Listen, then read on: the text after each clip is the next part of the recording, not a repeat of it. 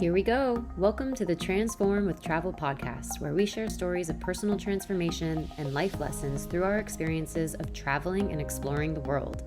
Travel is the ultimate accelerator for personal growth, and it can be the root catalyst for the pivots and plot twists we make in our lives. I'm your host, Kelly Tolliday, and it's my mission to inspire you to live life to its fullest, travel with an open mind and heart, and let the world show you a new perspective. I'm so grateful you're here with us today, so let's dive right in. Happy exploring. Hello, everyone. Thanks for tuning in. My name is Kelly Tolliday, and I'm your host of the Transform with Travel podcast.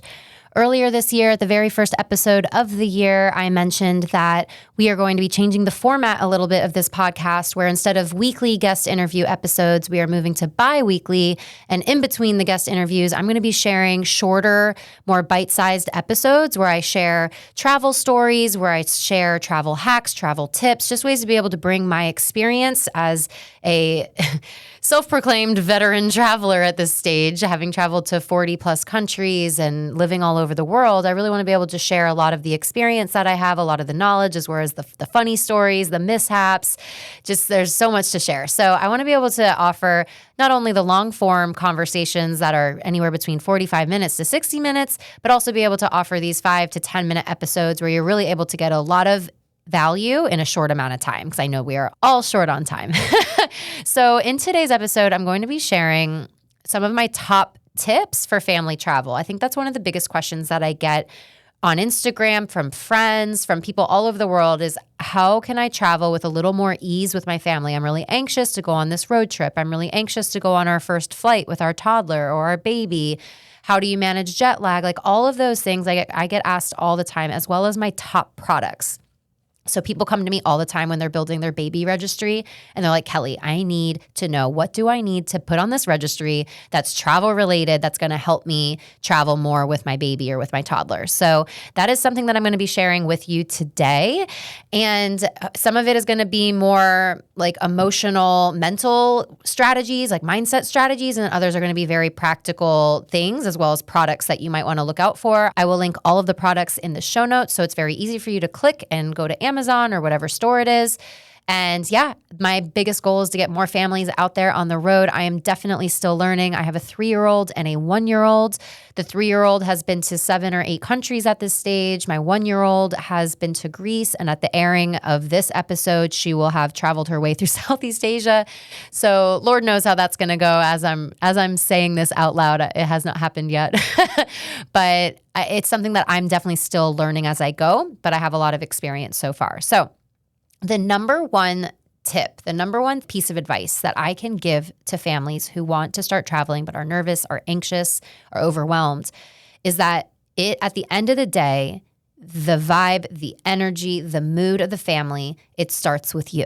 You are the leader of your family, and not just from what you do on a day-to-day basis, but also the mood that you set as the leader of your family trickles down all the way through to your kids, right?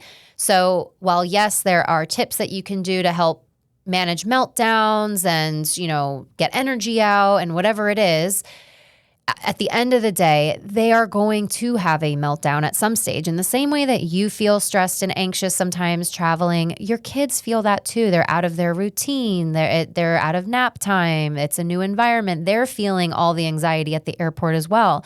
And so just the same way that they're having that meltdown, you're feeling that too. And so we have to come from a place of calm, right? So chaos breeds more chaos. So if you're meeting your kids' chaos or your kids' meltdown or tantrum or just, emotional uproar with more chaos and yelling at them to just sit down and be quiet and shh, what are you doing? Get off the floor, like yelling at them, which I trust me, I've been there. So I know exactly what that's like. You just want to get from one gate to the next gate without somebody ripping their pants off and running around. And hopefully that's your 3-year-old and not your husband. So the thing that we have to remember is it starts with us. When you see the meltdowns starting to happen, because we all know the signs and symptoms of that, we have to start our emotional regulation practices well before that. Whatever that looks like for you. Maybe that's deep breathing. Maybe that's going for a walk just for 2 minutes on your own. Maybe that's having a little space to stretch in the airport. Maybe it's a meditation, like music that you're just playing softly in the background in your headphones. You find what works for you, but it starts with you. We need to be emotionally regulated, calm, to be able to meet the meltdown in a way that's going to tell our child that they are safe, to be able to have those feelings, but then be able to return back to neutral a lot faster. Because like I said, chaos breeds chaos. And your perception of what's happening around you is only going to feel more heightened and more stressed if we're coming at it from fight or flight, if we're coming at it from this, it's got to stop right now, put a lid on it type of thing. It's only going to feel worse for you. And something that I always remind myself is that, yeah, maybe people are annoyed on the plane because my baby's crying. Maybe someone is pissed that they're sitting next to a 3-year-old, but I don't know this person. It's not going to matter in 3 hours from now and 4 hours from now. They're going to carry on with their day and not even remember it. And so it's just one of those things that we have to be coming at it from a place of calm and from a place of regulation so that our kids can model that behavior. And so something that Emily Calvo, who is a licensed mental health counselor, she was on the podcast back in December of 2023, she talks about not trying to hide these anxieties away. Oftentimes, you'll hear people say, just expect the meltdown. It's going to happen. Lower your barometer of, what you're expecting out of this situation. And while, yes, even that's something that I say too, it's not necessarily helpful for somebody who has anxiety about traveling with their family. It's not going to go away just because you're quote unquote lowering the bar. In the moment, in your mind, you can say, yeah, of course, I'm going to lower the bar. But then in the moment of being in that heightened state of stress and this little like microcosm of chaos that is an airport and an airplane with a baby and a toddler, it doesn't help, right? And so Emily says pre-trip, the same way that we'll make a packing list of your toothbrush, your toothpaste, your shoes, your socks, your this, your that, all the things, also write out a list of what your triggers are. So if you're triggered at home around your child being a picky eater, if you're triggered around your child not sleeping through the night, if you're triggered around loud sounds and screaming and your child having a physical tantrum on the floor and in the middle of a store at home, those are also going to be triggers that are going to happen when you're traveling. So write them out, put a name to it. Don't try to push it or hide it under the rug, and then create strategies for them. Okay, if I get to a restaurant where there is only escargot on the menu, but my child will literally only eat chicken nuggets, what is my strategy? Am I going to have snacks on me? Should I bring fruit with me? What are we going to do? If my trigger is my baby not sleeping through the night, what is my strategy when my baby is jet lagged or she just wakes up and she's not sleeping very well? What's my strategy for that? If my trigger is, loud sounds and chaos and being trapped in a seat and not being able to let my baby move around, what is my strategy going to be for that? And that is something where if you actually don't know how to name your triggers, it's something that I highly recommend actually working with a therapist or a licensed mental health counselor to be able to note those triggers out for you. So that's something that's been really helpful for us as a family. So number one, it starts with you, emotional regulation. Find what works for you to be able to calm yourself before you try to calm your child. Number two, know what your triggers are in terms of being out of your comfort zone and write your strategies out for them so that you, in that moment, you can say, yes, I'm feeling triggered and I have a strategy for that, instead of trying to just like shush your child into submission, basically, because we all know that's not going to work. Number three is getting energy out and sensory input for your child, input and output, right? So some children are just happy-go-lucky, just like sit in the stroller for hours and fine. Other children, like my children, they got to run. They got to get that energy out. They got to jump. They got to go upside down. And the same, of course, is going to be when they're traveling. So what we always try to do is, my husband, one of his triggers is being late to the airport or like running late to the flight. So we're always at the airport like 3 hours beforehand. And what that means is we have a lot of time, which is great because then we let them run around the airport. We find an empty gate in the airport and we let them run around. Or perhaps if you're on a road trip, just find a little like a rest stop on the road and let them run around in a little green area that they usually have. We let them run around empty gates. Usually sometimes there's play spaces in each terminal. I have yet to find a terminal that hasn't had even the most basic play space. So that's, even though it's probably like the most germy place on earth, whatever, let them just run around. If you're trapped in a seat, let's say on an airplane, and your child starts getting that just restlessness. Literally, if they're small enough, I would say like 3 and under maybe, just play a game with them where you just flip them upside down in their seat, like hold them up and flip them upside down a couple times so they get that sensory input. Some kids need more sensory input and some kids need more sensory output, and just knowing what works for your kid. And Emily Calvo, also who I just mentioned in the December podcast, she talks about bringing Play-Doh on the plane, which is messy, but that molding and really using something with your hands, that helps them get that sensory input as well, which is awesome. So getting that energy out. And then when you land or when you arrive at your new country or your new town, do some research ahead of time and find the coolest parks to go to. I literally have a list of places in my phone of the coolest parks around the world that we've been to, because your kid's not going to want to go to a museum every day, right? You got to think about what's going to work for your child and also what's going to work for you.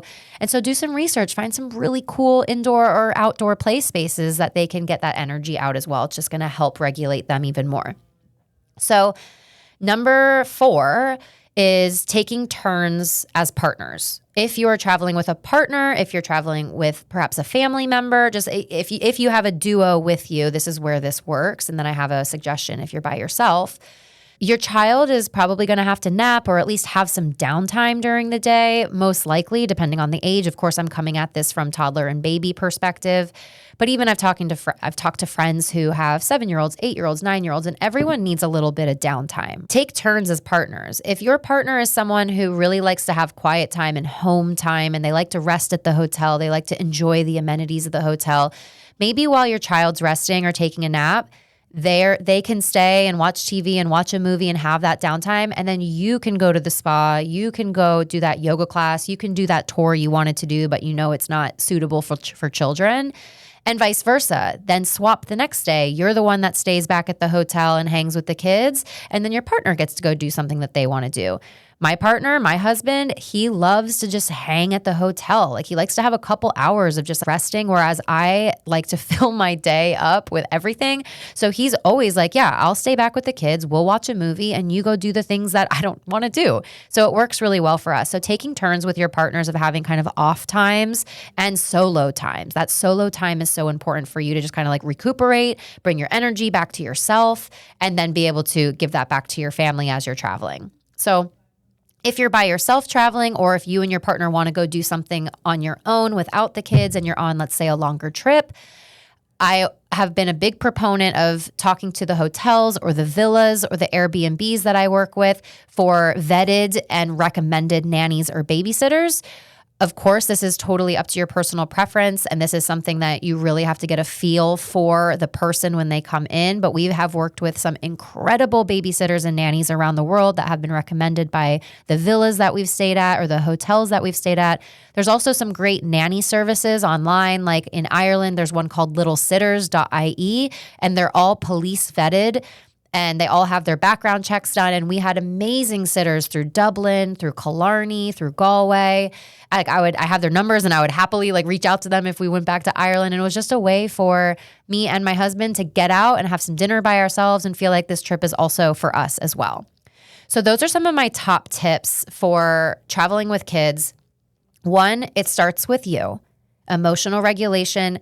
Meet the chaos with calm first. You have to become calm before you start to try to regulate your children. And it also just helps you see the world with a little bit more of an objective, neutral view rather than coming at it through the survival, fight or flight, just absolute shit show. Number 2, write your triggers out as if you're doing your packing list. Write your triggers out, what triggers you at home, what gives you anxiety at home when you go to a restaurant and something goes off. What was that made you feel really anxious or angry or frustrated? Write all of those out and then create strategies for them so that you can, in the moment, have a tool in your toolkit to pull out and be like, okay, I know what to do in this situation because it works at home. Number 3 is that energy output, that sensory input. So let them run around empty gates at the airport, find play spaces inside the airport terminals. If there's rest stops on your road trip, let them run around in the grass. If you're stuck in your seat on an airplane, just flip them upside down a couple times or bring some Play-Doh with you. And just find ways for sensory-seeking children to get that in and or out so that they feel a little more regulated as well. Number 4 was taking turns as partners. So if one partner stays back and wants to have a little rest with the kids and you get to go out and go take a walk, take a run, go get a massage, whatever that looks like, and then vice versa, flipping. And then also if you're by yourself traveling with kids and or you and your partner want to go have a night out, being able to trust the recommendations of villas and Airbnbs. Of course, this is totally personal preference. I have some friends who literally would do not feel comfortable with that, and I 100% respect that. But reaching out to people in the local area that you're going to be staying at and having a nanny or a babysitter giving you some very well-deserved time off. Now, the very, very last one I wanted to touch on before I go into products is sleep. So I mentioned that one of my triggers is around sleep. I get the thing that makes me the most frustrated, the most angry, the most 0 to 100 like that is sleep. And so we go to a lot of countries where the jet lag is real. It's a 12-hour time difference. It's a 5-hour time difference. And even just like a 1 or a 2-hour time difference can really throw a baby off. So what I have had to learn is letting go of those really tight sleep schedules that I keep with my family. I'm pretty strict at home. And just, again, telling someone who has like anxiety around sleep just to let the sleep plan go isn't always necessarily helpful. But I have had now 3 years experience of traveling all over the world with our little ones. And that is the number one thing that I've had to practice. So even if it doesn't feel possible for you to let your kids skip a nap or, go 2 hours past bedtime, I recommend just trying baby steps. So maybe just seeing, okay, maybe we're still going to have that hard stop at 7 p.m. for bedtime, but maybe let's see if we can push during the day a little bit. Or maybe we can plan our long road trip from one town to the next town around the midday nap so that they can get that nap in. And just kind of testing your boundaries around how comfortable you are about letting some of those sleep schedules go. Because the more that I've been able to kind of relax into letting some of those sleep schedules go, the more that we as a family as a whole are able to enjoy the trip.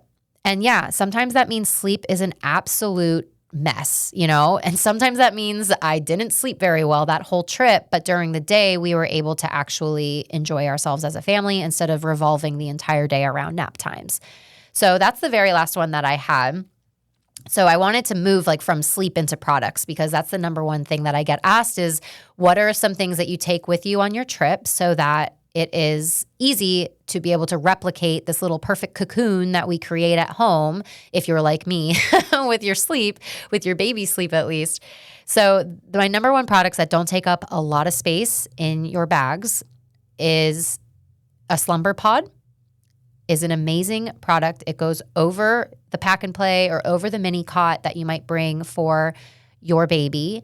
And it's like a blackout tent. And the new versions of the Slumber Pod are great because they have mesh lining so that there's actually some breathability going through it.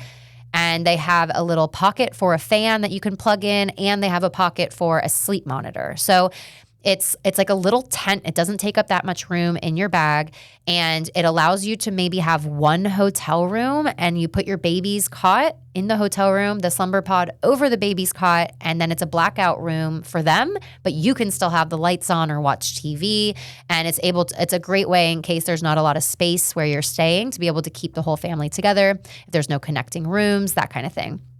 The next one for sleep is a Yogi ROM sound machine. It's a tiny circular sound machine that plays a couple different sounds at varying levels. It can be super loud if you want it to be, but it's super small, which is great because you can throw it in the stroller if you're out and about and you want your baby to sleep in the stroller. We've used it on the plane. We've used it, obviously for nighttime at sleep. So that's a really super small portable sound machine. Another thing that you can get is portable blackout curtains. If you weren't going to use the Slumber Pod, there are reusable blackout curtains that you can stick using these rubber stickers on windows in hotels. So that's another great way to have a blackout room. But usually that's more so for Airbnbs if you're not sure what the curtain situation is going to be like. Most hotels have great blackout curtains.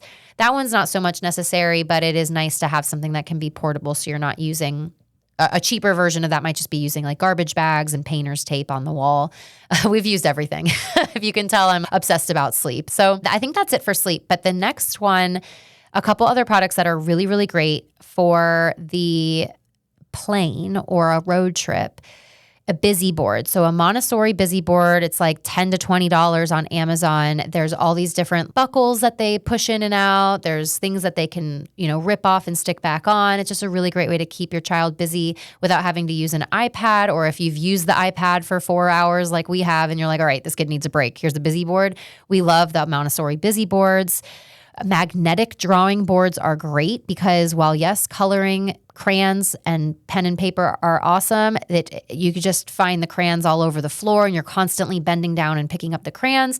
So a magnetic drawing board is great because they can just swipe it and it's clean again. You don't have to have a new paper. And typically the magnetic drawing utensil is like attached to the board so they can't ever freaking lose it because their kids are really good at throwing things all over the plane. So a magnetic drawing board is awesome. And then, like I mentioned, an iPad, a Kindle, a Fire. If you are not above using some sort of tablet, it's a really great tool to use it when you need it. It helps them kind of just zone in on their show for a little bit. There's also other things that you can use. They have, drawing games on the iPad. There's lots of educational games that you can use. And while we personally don't use tablets at home, my oldest will definitely watch TV at home, but the tablet itself, she doesn't use at home. That's just a personal preference. But we keep the iPad specifically for flights. And she knows, like, we're going to Thailand and she's like, I get my iPad, I get my snacks. I'm like, cool. Yeah, girl, you got it.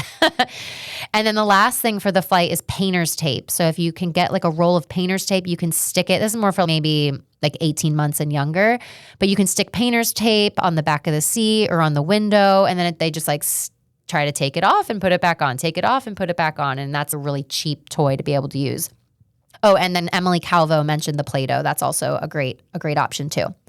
So I mentioned a couple things to bring on the plane, and that's really just it. I've seen moms on Instagram just have an entire fishing tackle box, like 3 levels worth of drawers of all these different toys and snacks and this and that. And yeah, maybe that's effective, but man, that literally gives me stress just looking at that. My biggest motto is less is more, less is more, less is more. 3 to 4 staple toys, an iPad, a handful of snacks. You can always get snacks, although overpriced, but you can always get snacks at the airport. Like less is more in your bag. That also helps breed a more calm environment for you. So you're not just literally rummaging through a bag to find the tiniest little toy in the bottom of the bag, or you're just picking up shit all over the floor on the airplane or the terminal or your car.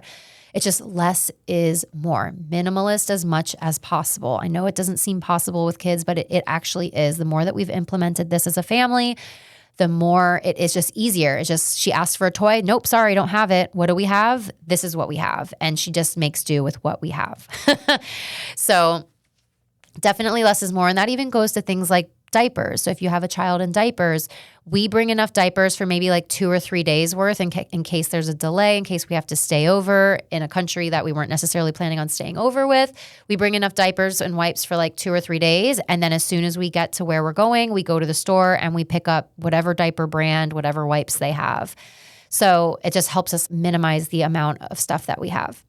So the last few products that I highly, highly recommend to make your life easier is if you have a baby with bottles, formula, or pumped breast milk, the Baby Brew portable electric bottle warmer is incredible. Again, it's tiny, it's small, it charges electrically, and it's a really easy way to be able to warm up your baby bottles on the go without needing to add, super hot water to the canister and warming up. It takes like 10 minutes. This thing can warm up a bottle in like 4 or 5 minutes. It's super small and super effective. So I highly recommend the Baby Brew.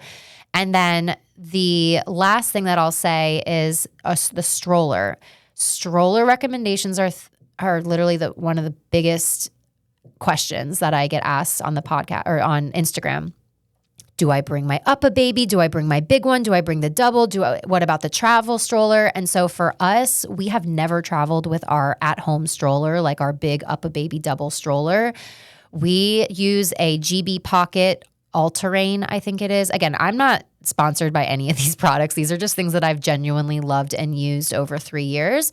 The GB Pockit is great because it folds up super small and you can actually fit it in the overhead compartment on an airplane. So they can't force you. Well, I guess they can because they can do whatever they want. But they typically don't force us to gate check our stroller.